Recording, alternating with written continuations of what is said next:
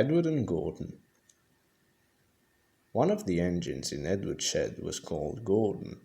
He was very big and very proud. "You watch me this afternoon, little Edward," he boasted, "as I rush through with the express. That will be a splendid sight for you."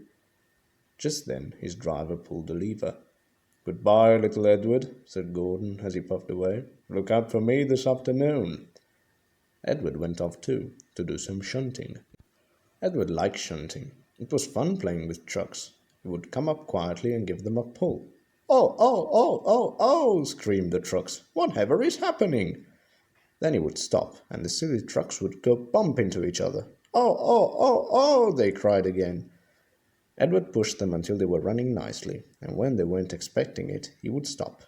One of them would be sure to run on to another line.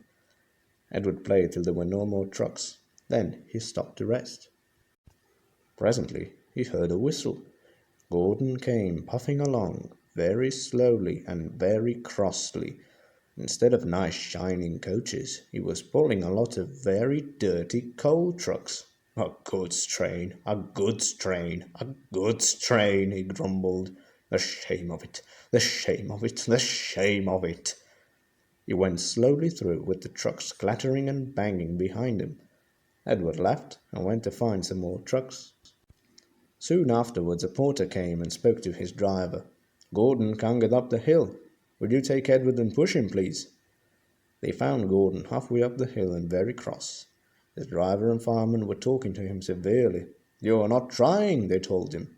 "I can't do it," said Gordon. "The noisy trucks hold an engine back so."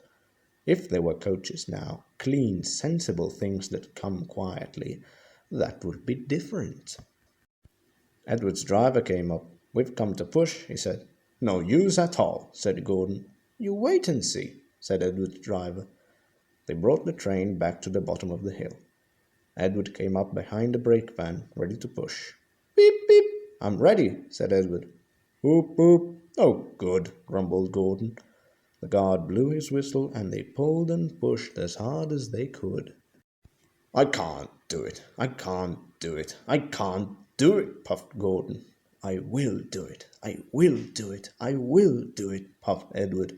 "I can't do it, I will do it, I can't do it, I will do it, I can't do it, I will do it," they puffed together. Edward pushed and puffed and puffed and pushed as hard as ever he could, and almost before he realized it, Gordon found himself at the top of the hill. "I've done it, I've done it, I've done it," he said proudly, and forgot all about Edward pushing behind. He didn't wait to say thank you, but ran on so fast that he passed 2 stations before his driver could make him stop. Edward had pushed so hard that when he got to the top he was out of breath. Gordon ran on so fast that Edward was left behind. The guard waved and waved, but Edward couldn't catch up. He ran on to the next station, and there the driver and fireman said they were very pleased with him. The fireman gave him a nice long drink of water, and the driver said, "I'll get out my paint tomorrow and give you a beautiful new coat of blue with red stripes. Then you will be the smartest engine in the shed."